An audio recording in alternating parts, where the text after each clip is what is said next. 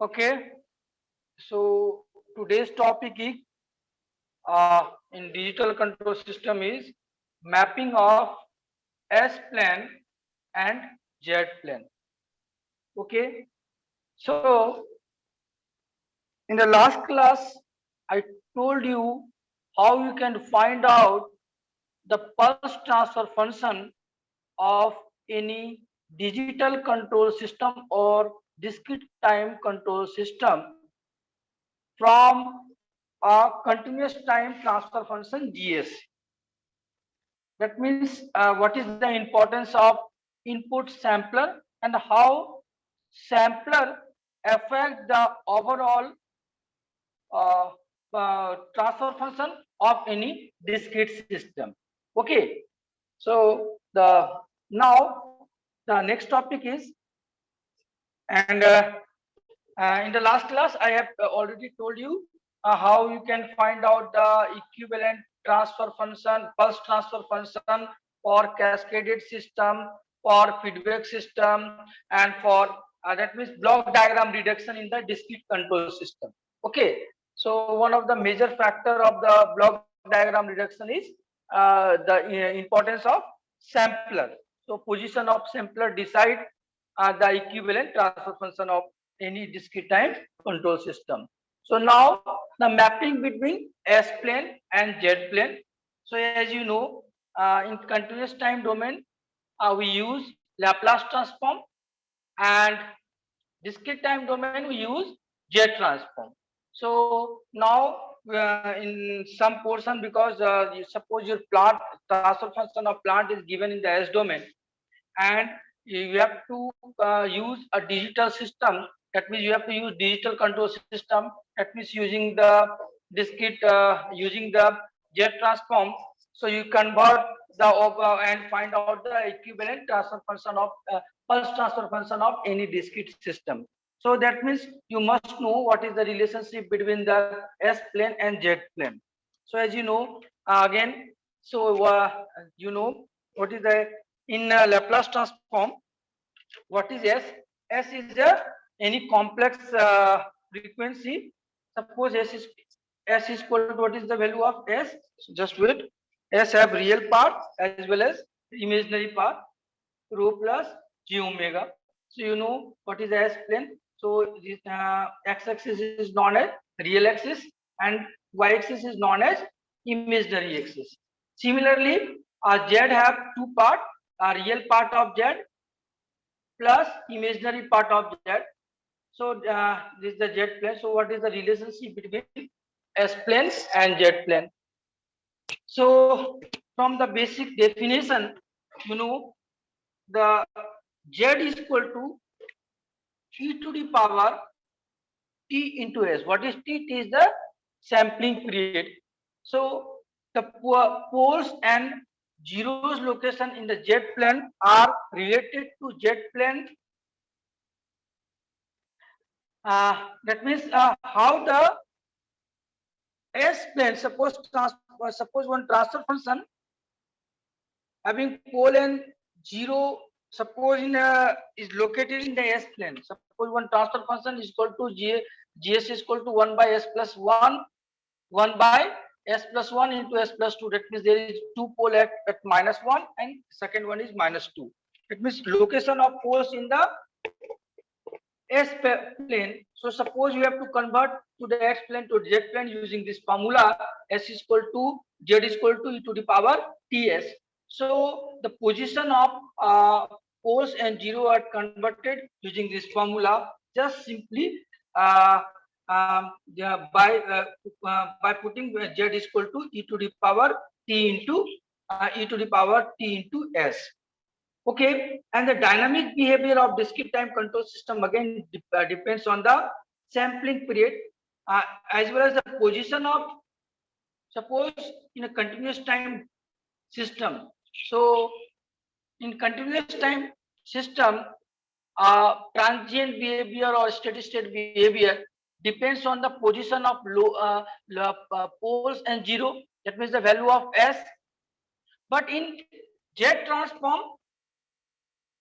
the behavior of dynamic behavior of system depends on the position of S as well as the position of value of T, because Z is equal to e to the power T into S. Any doubt? So suppose you know, in continuous time domain, if the pole of the system lie in the left hand plane, then the system is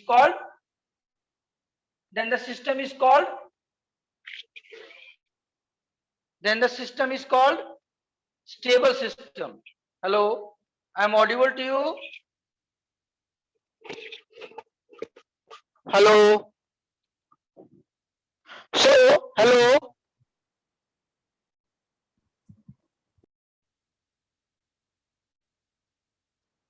Okay, I think you are not. Okay, so that means suppose in a S domain, the position of poles, if they lie in the left hand plane, then you say that uh, the system is stable. Okay, so similarly, we have to find out the area in Z plane where the system where the poles of the pulse transfer system decide the stability of the system. That means first mapping of the left hand plane of the S plane into Z plane. So similar way, you know, Z is equal to e to the power T into S, and you know S is equal to rho into plus j omega. That means uh, if you Z is equal to e to the power T into rho plus j omega, so e to the power tau sorry T tau into e to the power j omega T, and and and is equal to, because the periodic signal uh, pass through the any that means there is a one periodic signal having uh, uh, uh, uh, time period is equal to sampling frequency is equal to sampling period is equal to t. That means you can replace e to the power t into rho as a constant, and e to the power uh, j omega j omega into t plus 2 pi into k, because uh, k decide the sampling sampling signal. Okay, so now suppose and zero in the S plane where frequency differ in the integral multiple of sampling frequency. What is the sampling frequency? 2 pi by t are mapped in the same location of Z plane. So, and you know, uh, the in the left hand plane, value of uh, damping factor is called damping factor. नहीं damping, ये क्या है? ये कौन सा, इसको क्या करते हैं? कौन सा वेरिएबल करते हैं इसको? Sigma sir. सिग्मा, सॉरी, तो sigma less than 0 in the left hand plane, क्योंकि लेफ्ट हैंड प्लेन ऑफ तुम्हारा सपोज ये तुम्हारा एस प्लेन है. ओके, सो एस प्लेन जब है, ओके, सो ये रियल एक्सिस है और ये इमेजिनरी एक्सिस है. सो जब लेफ्ट हैंड प्लेन का मैपिंग कर रहे हैं तो इस एरिया में सिग्मा का वैल्यू हमेशा निगेटिव होगा. सो जब निगेटिव होगा तो मॉड ऑफ जेड जो होगा वो ऑलवेज लेस देन 1 होगा. सो यहाँ से डिसाइड होता है कि magnitude of mod of Z जो है वो लेस देन 1 होगा, and j omega in the S plane correspond to mod of z is equal to 1. That is, imaginary axis in the S plane correspond to unit circle in the Z plane, and the interior of the Z plane correspond to left hand plane in the Z plane. हम इसको फिर से बता रहे हैं. That means so यहाँ पे देखो, सपोज ये लेफ्ट हैंड प्लेन है और ये जेड एक्सिस है, ये इसका रियल एक्सिस रियल पार्ट है. सो ये जो लेफ्ट हैंड प्लेन होता है वो जेड एक्सिस में, जेड प्लेन में, एस प्लेन में तुम्हारा लेफ्ट हैंड प्लेन और जेड प्लेन में जो ये जो एक्सिस है, ये जो एक्सिस है वो एक यूनिट सर्कल को, यूनिट रेडियस का एक सर्कल को इंडिकेट करता है। Okay, that means left hand plane जो रहेगा वो इस एरिया के अंदर का पोर्शन जो भी रहेगा वो ये left hand plane of S plane को डिसाइड करेगा। दैट मीन्स कि suppose any transfer function whose poles or the characteristics, root of characteristics lie in the left hand plane that decide the system is stable in the z plane if the poles or the root of characteristics equation lie within a unit circle is called stable system. If any poles or root of characteristics equation lie outside this unit circle is called unstable system. Any doubt? That means left hand plane of S plane is decided by the interior part of unit circle, and at the unit circle, circle is indicated by j omega axis. Any doubt? No, sir. Okay, no.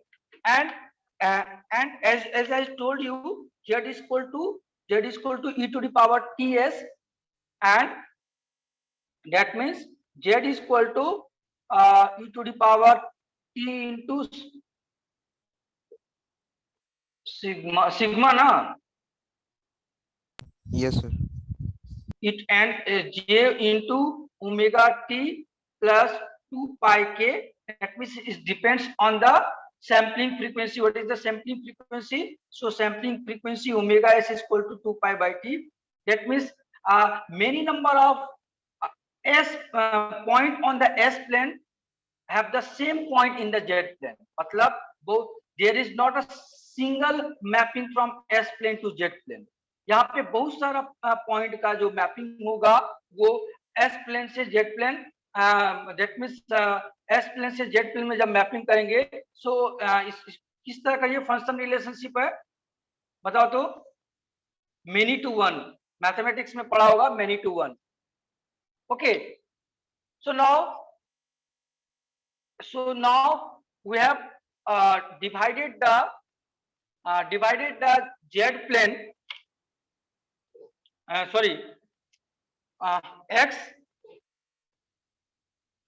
s plane. We have divided the s plane into a strip of magnetic strip of in the what you say a different type of strip. Okay, so hello, so suppose just wait. So the main strip is called primary strip. That means if any point lie in this strip is called in the primary strip. That means this omega value vary from minus j omega s by 2 to plus j omega s by 2.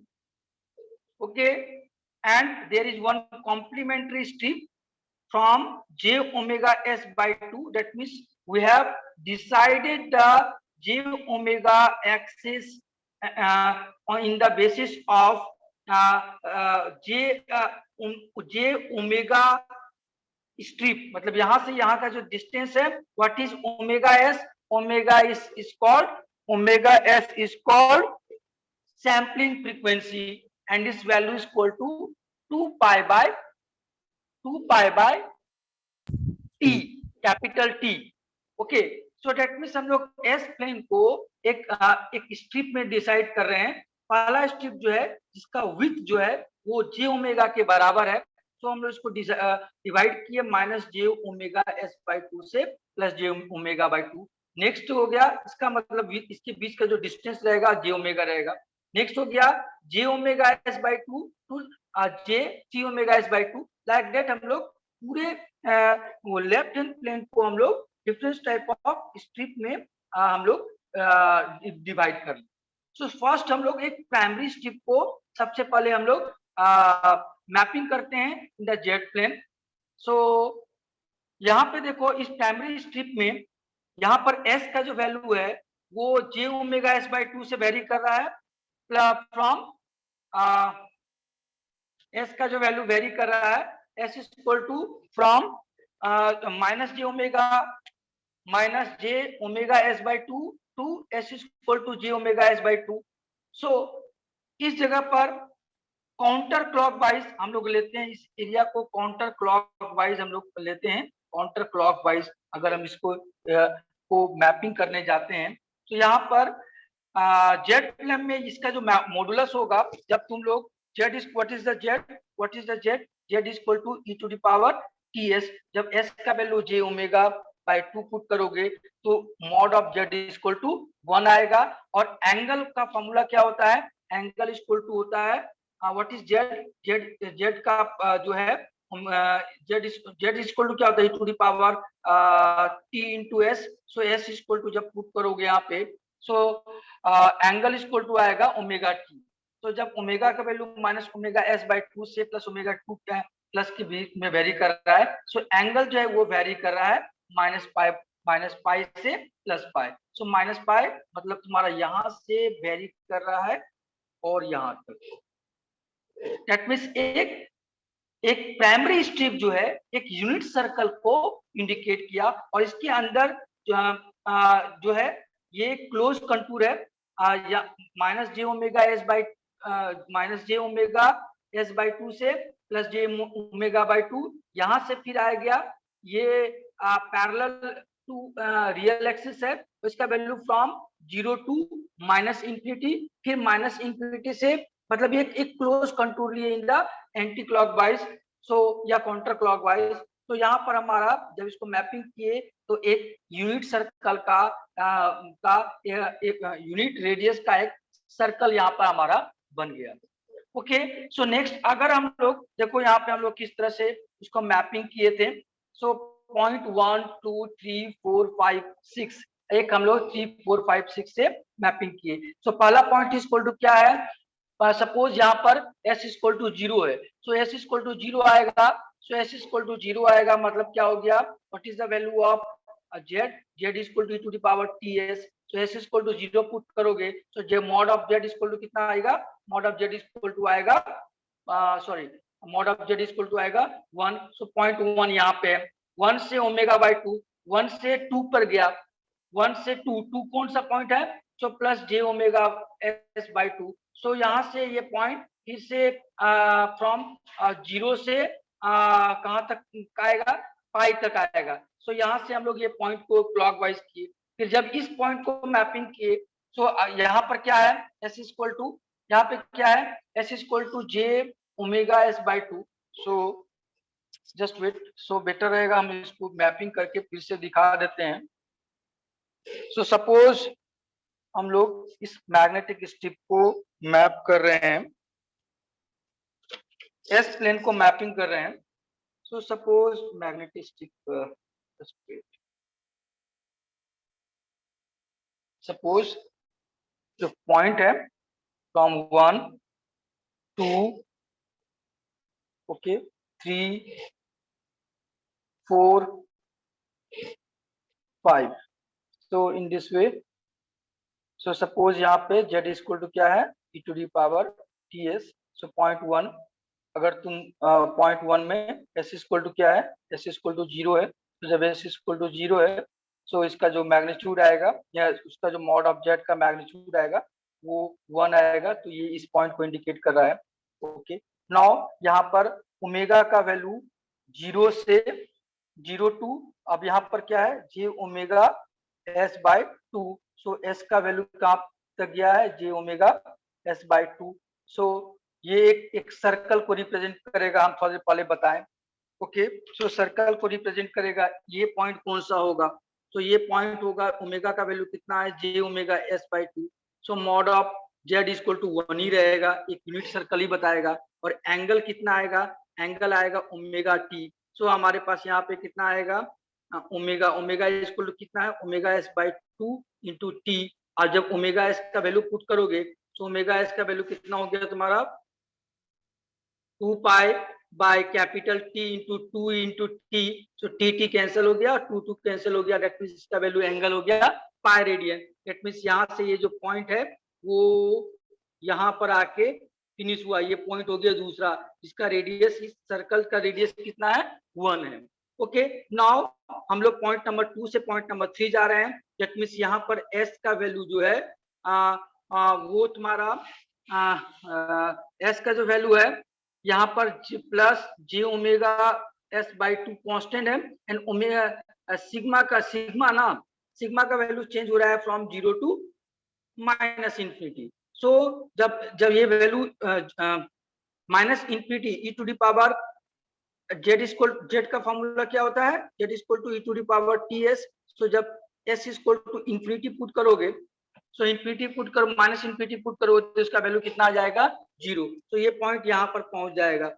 फिर से जब ये वाला mapping करेंगे तो हमारा इस तरह से आके, अब फिर जब हम लोग यहाँ पर आएंगे, यहाँ पर पहुंच गए, सो डेट मीन्स ये तुम्हारा थर्ड पॉइंट है, ये फोर्थ पॉइंट है, ये फिफ्थ पॉइंट है।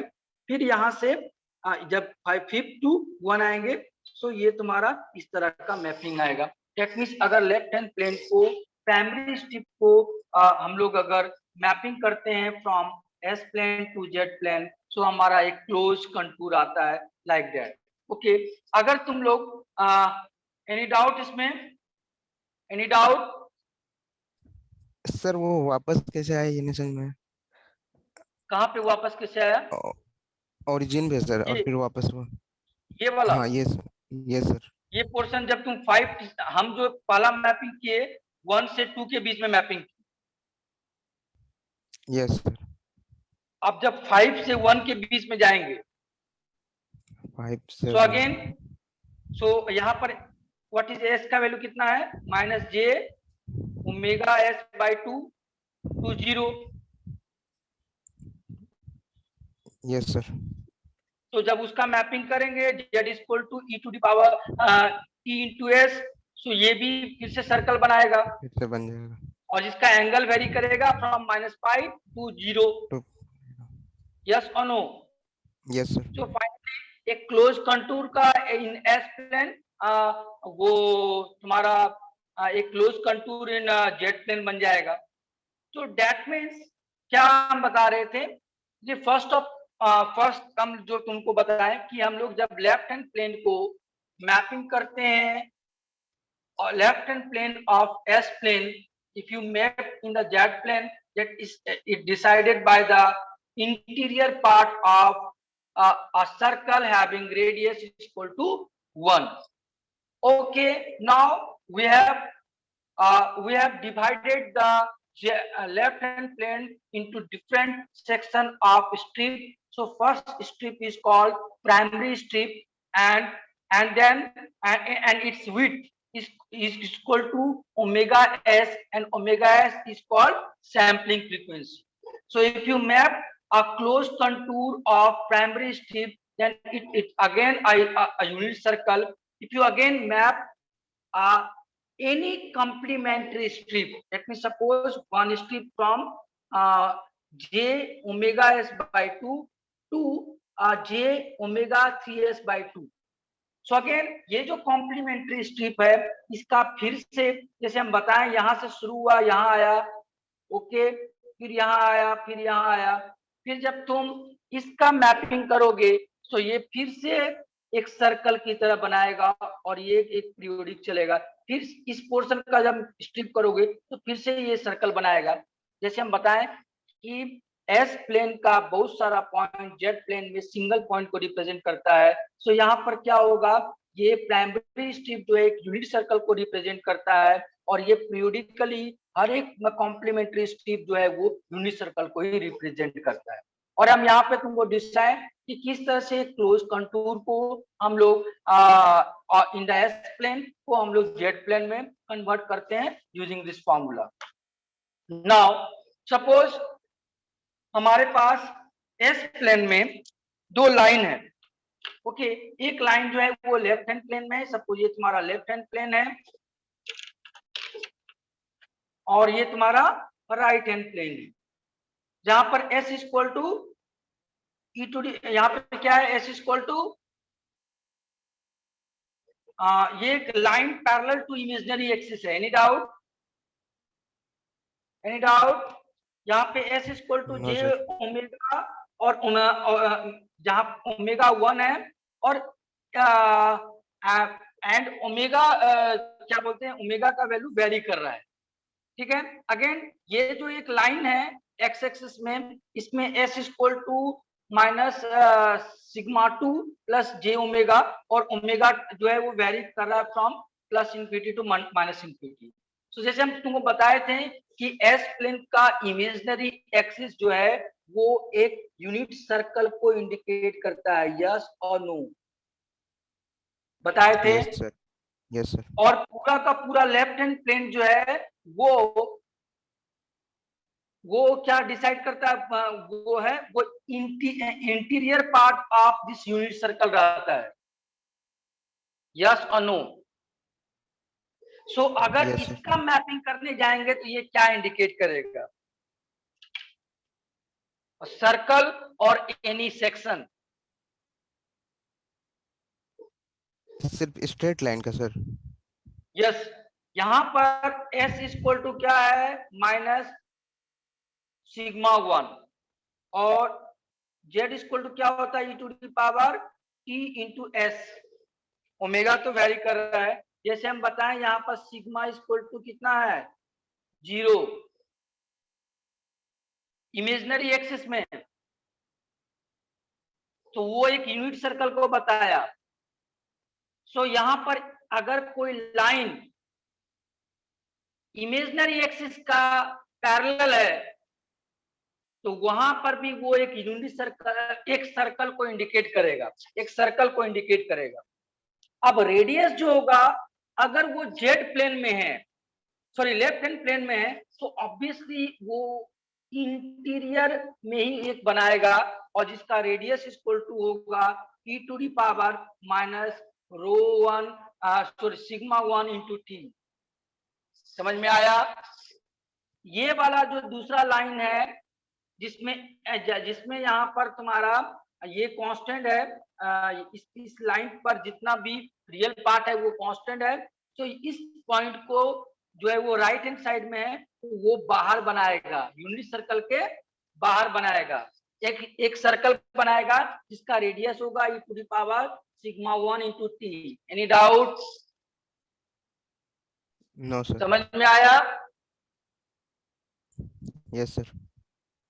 ओके, नाउ अगर मान लेते हैं एक लाइन के इधर का एरिया को इंडिकेट करना है तो वो कैसा होगा, ये लेफ्ट हैंड प्लेन में है, सो एक रेडियस, एक सर्कल बनाएंगे जिसका रेडियस होगा e to the power sigma 1 into T, और उसके अंदर का पॉइंट हमको बताओ, कौन बता पाएगा कि just wait, s equal to minus infinity point z plane में कौन सा पॉइंट है?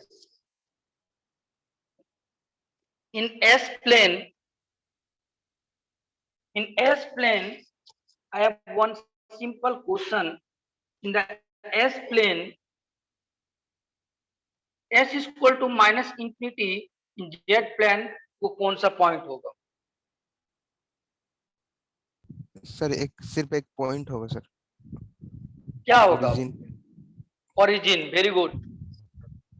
दैट मीन्स सपोज ये एक यूनिट सर्कल है, ओके, और यूनिट सर्कल के अंदर जितना आएंगे वो उतना लेफ्ट हैंड प्लेन से दूर होगा। अगर यहां पर एक लाइन ड्रॉ करते हैं, सिग्मा 2, तो बताओ उसका वो यूनिट सर्कल के अंदर ही होगा, बट इसका रेडियस जो रहेगा सेकंड लाइन का रेडियस होगा वो इससे ज्यादा होगा या इससे कम होगा? कम होगा सर इससे। इससे कम होगा। दैट मीन्स हमारा यूनिट सर्कल जो है वो इस तरह का बनेगा। Okay, so that means if any line parallel to imaginary axis in S plane, again in Z plane is decided by the circle, yes or no. If the imaginary line lie in the left hand plane of S plane, then the circle must lie inside the unit circle. Yes or no? And if any line parallel to imaginary axis lie in the right hand plane of S plane, then it's in the Z plane is again represented by the circle, but the radius of the circle is more than 1. Unity sir. More than 1. Now suppose in the S plane there is a line which is parallel to a real axis. So that means suppose we have primary strip whose frequencies vary from minus j omega s by 2 to plus j omega s by 2. So as I told you, if you map from minus j omega s by 2 to plus j omega by 2, then it's represent a unit circle, but its angle vary from minus pi to plus pi. Yes or no? So if any line parallel to real axis, that means in this case value of frequency imaginary part is constant, but that means what you say, but is real part vary. Yes or no? Value of sigma is varying. So again, that means if any line parallel to real axis is indicated by the straight line in Z plane, and its angle is decided by the value of s is equal to j omega. Suppose first line is equal to minus j omega, so the first line is called omega 1 t.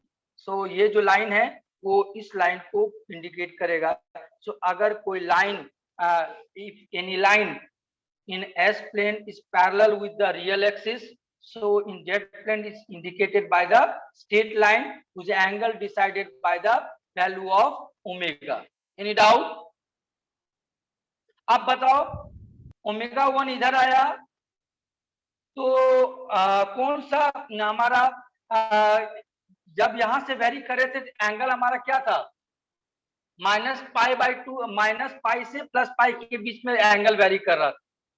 तो ये दोनों का जो value होगा वो यहाँ पे होगा, और तीसरा जो लाइन है, ये जो लाइन है वो इस लाइन को इंडिकेट करेगा. Any doubt? सो यहाँ पर जो वैल्यू है, सपोज पहला लाइन है जो कि 0, दैट मीन्स क्या कहेंगे इसको, निगेटिव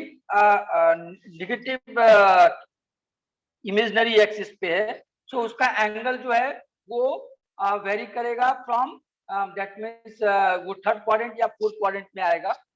एंड अगर कोई लाइन जो है तो वो रियल एक्सिस के ऊपर है, दैट मीन्स रियल एक्सिस के ऊपर है, तो वो जो है जेड प्लेन में वो फ्रॉम 0 to पाई के बीच में इंडिकेट करेगा. ओके, सो नाउ अगर एस प्लेन में अगर हम लोग एक क्लोज कंटूर बनाते हैं लाइक दैट, सो ये लाइन जो है वो ये जो लाइन रहेगा, सपोज ये एक क्लोज कंटूर बनाते हैं, तो ये लाइन जो रहेगा वो क्या इंडिकेट करेगा फ्रॉम ए टू बी, बताओ ए टू बी क्या डिसाइड करेगा? Circle sir. Very good. B to A, B to C, straight line. C to D, वो सर्कल।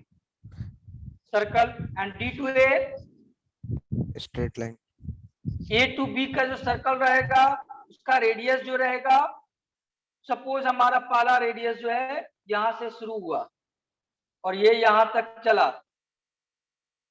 Okay, any doubt? और ये जो पोर्शन है, ये जो पोर्शन है, अब यहां से एक सर्कल आएगा from B to C, sorry एक स्ट्रेट लाइन आएगा B to C. Any doubt? No sir. And from C